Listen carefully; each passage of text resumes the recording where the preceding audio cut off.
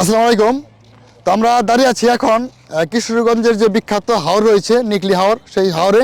তো আপনারা দেখছেন যে এইখানেই কিন্তু যে রাস্তা দেখছেন, এটা কিন্তু আমার সেই গাজীপুর বলেন, ময়মনসিংহ বলেন, যে কোনো দিক থেকে কিন্তু এই রাস্তা দিয়ে আসা যায়। তো আমি যেখানে দাঁড়িয়ে আছি এটা কিন্তু হাওরের একেবারে নিচের যে অংশ, সেই নিচের অংশ।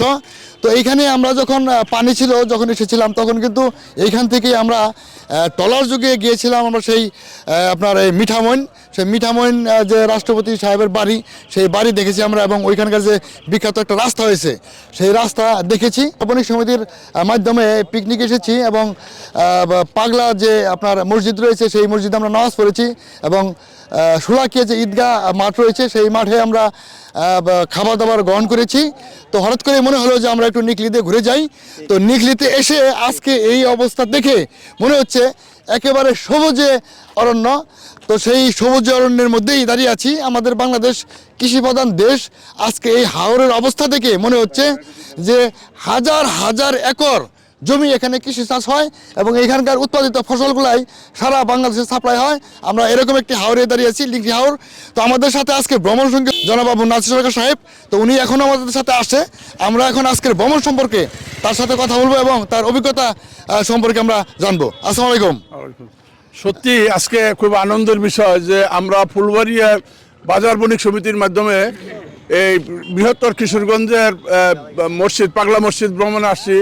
শোলাকিয়া মসজিদ দেখলাম, শোলাকিয়া ময়দান দেখলাম, তারপরে নিকলি আজকে আসলাম। নিকলি আসার পরে এখানে রাষ্ট্রপতির যে বাড়ি, সেই মিঠামইন, সেদিককার যে চকের মাঝে যে রাস্তাটা হচ্ছে, সেই রাস্তাটা পরিদর্শন করলাম।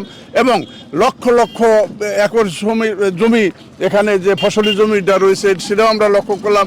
এবং এই পাশে যে রাস্তাটি হয়েছে, আমার কাছে মনে হচ্ছে যে এটা পুরো একটা বিলের মাঝে রাস্তাটা করে আনছে। এই রাস্তাটা করতে অনেক টাকা খরচ হয়েছে। আমার মনে হয় যে এটা শুধুমাত্র রাষ্ট্রপতির দ্বারাই সম্ভব হয়েছে যে এখানে এতটুকু মানে এইরকম একটা বিলের মধ্যে রাস্তাটা করা। তো ঠিক আছে, খুবই ভালো লাগলো। এবং আমাদের এই উদ্যোগ, আমাদের এই ভ্রমণ সত্যিই খুব আনন্দময় হয়েছে। আমরা এলাকাবাসী যারা এখানে এসেছি প্রত্যেকেই আনন্দ করতেছি।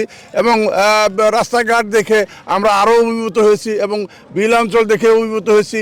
ওই দিকের স্কুল কলেজগুলো দেখে খুবই অভিভূত হয়েছি। সত্যি খুব ভালো লাগছে।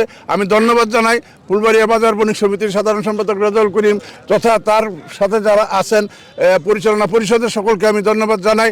আমাদের মাঝে উপস্থিত রয়েছেন আবুল হোসেন ব্যাপারী, ফুলবাড়িয়া বাজার বণিক সমিতির সম্মানিত ব্যবস্থাপনা কমিটির সদস্য সহ অনেকেই। তো আজকে এই ভ্রমণটাকে আমরা একটা অনন্য মাত্রায় নিয়ে যেতে চাই এবং আমাদের ফুলবাড়িয়া বাজার বণিক সমিতির সকল সদস্যের যদি ইচ্ছা থাকে তাহলে ইনশাল্লাহ আমরা আগামীতে হয়তোবা কক্সবাজার যাব, এতটুকু আশা ব্যক্ত করে আজকের মতো বিদায় নিচ্ছি। সকলে ভালো থাকবেন, সুস্থ থাকবেন, নিরাপদ থাকবেন। আল্লাহ হাফেজ। আসসালামু আলাইকুম।